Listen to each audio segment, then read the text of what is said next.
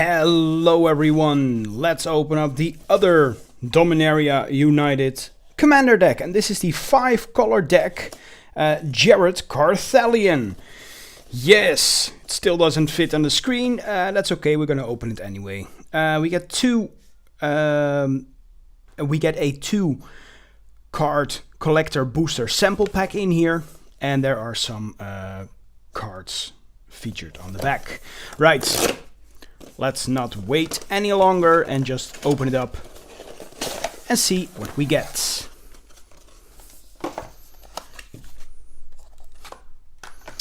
Right, so we get, as always, the manual to play the deck, the spin down, well, not a spin down, the countdown counter from 40, live counter.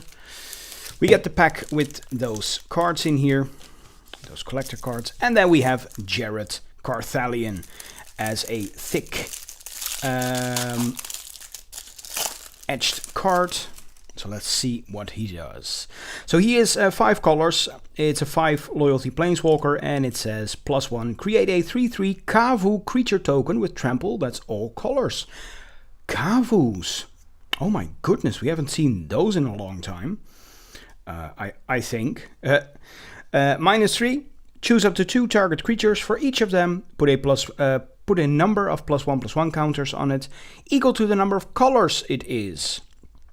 Alright, and -6, return target multicolored card from your graveyard to your hand. If that card was all colors, draw a card and create 2 treasure tokens. Right, pretty straightforward.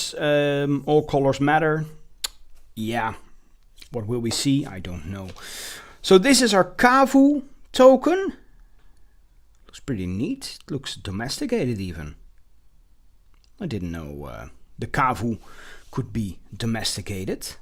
Interesting. An angel on the other side, another Kavu with an angel. Oh, there's a lot of Kavu. A beast on the other side.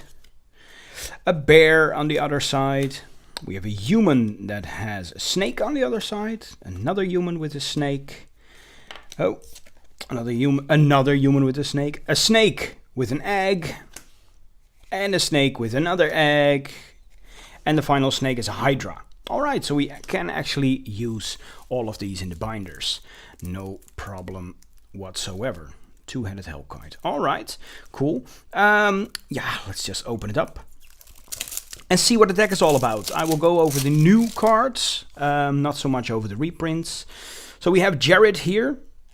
And as our other commander, we have Jensen Carthalion. For some reason, Carthalion, it rings a bell, but then again it doesn't.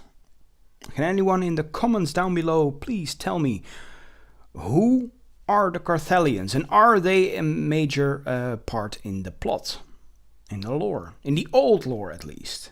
I know the old lore, but not the new one.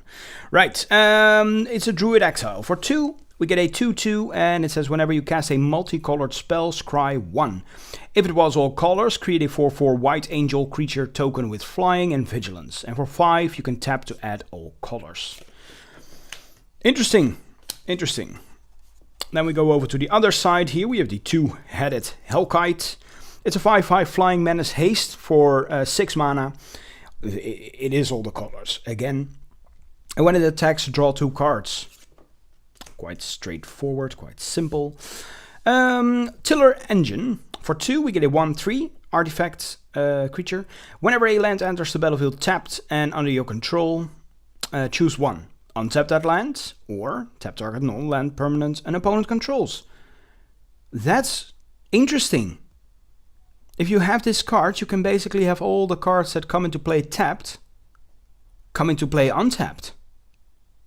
That's really cool. And if you just play basic lands, you can just tap a non-land. This is a very cool card. Is it a good card? Am I missing something? Is this being played in like loads of decks? All of the decks? Really seems like a powerful card. Okay. Unite the Coalition. For 7 mana, it's all colors. It's an instant. Choose 5.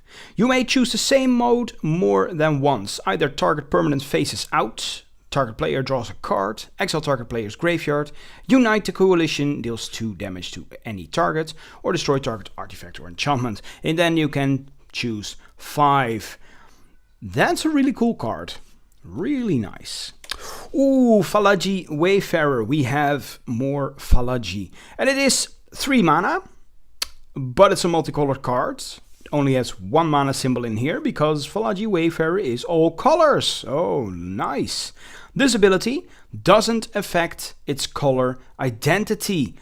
Oh, that is cool. So if you just play a mono green deck, you can have this card. I don't know why you would, but because multicolored spells you cast have Convoke.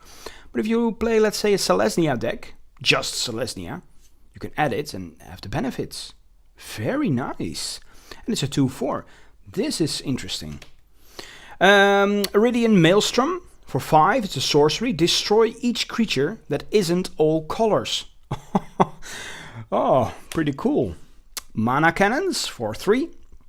It's an enchantment that says whenever you cast a multicolored spell, Mana Cannons deals X damage to any target where X is the number of colors that spell is.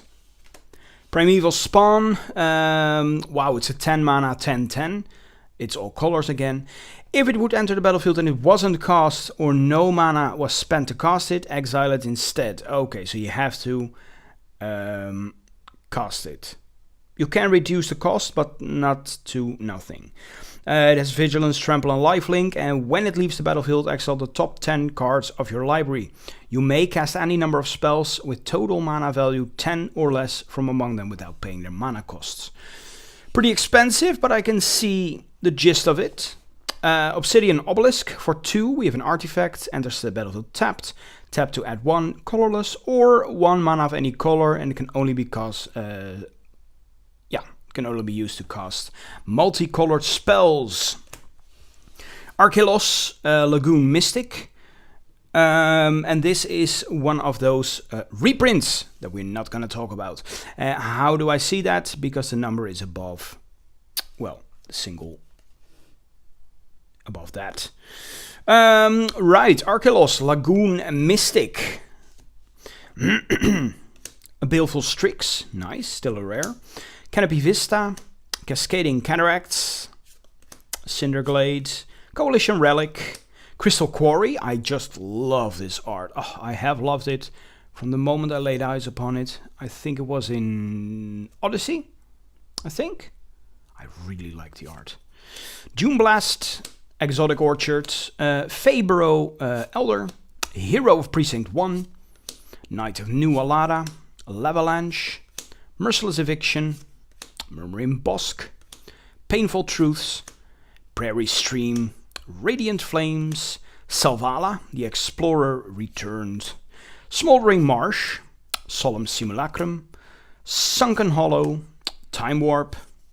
We have Glint Eye Nephilim. Wow, never seen a reprint of this guy. And yeah, I keep imagining that this is a legendary, but it isn't.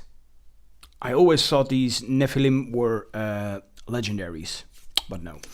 Atlapalani, the Nestender, Maelstrom Nexus, Chromanticore, Okagachi, Vengeful Kami. Is this the first time we get a print in non-foil? Interesting. Zaxara, the Exemplary, Iluna, the Apex of Wishes. Nice to include a Mutate card in there. Maelstrom Archangel, Nithroi, Apex of Death, another one. Rien, Angel of Rebirth. Surak, Dragonclaw. Xiris, the Writhing Storm. Bad River, Upsun Charm. Arcane Sanctum, Beast Within. Crumbling Necropolis. Explosive Vegetation. Felwar Stone, Floodplain. Frontier Bivouac. Fusion Elemental. Grasslands, Jungle Shrine, Frozen Verge, Migration Path, Mountain Valley, Mystic Monastery, Naya Charm, Nomad Outpost, Opulent Palace. We have Path to Exile, Path to the World Tree, Rocky Tar Pit, Sandstep Citadel, Savage Lands, Seaside Citadel, Sultai Charm, Sylvan Reclamation, Trans Guild Courier, Abundant Growth, Arcane Signet, Coiling Oracle, Command Tower, Cultivate, Echoing Truth, Evolving Wilds, Explore, Farseek, Commander Sphere, Growth Spiral, Kodama's Reach, Terminate, Prophetic Prism, Search for Tomorrow, Terramorphic Expanse. Then we got some basic lands here. We got some forests, mountains, islands, plains, and some swamps. It's an interesting deck. It focuses on all of the colors. It has mana fix in here. Some cheap fetches.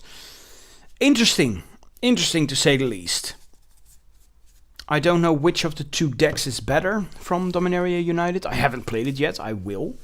I think it is the other one.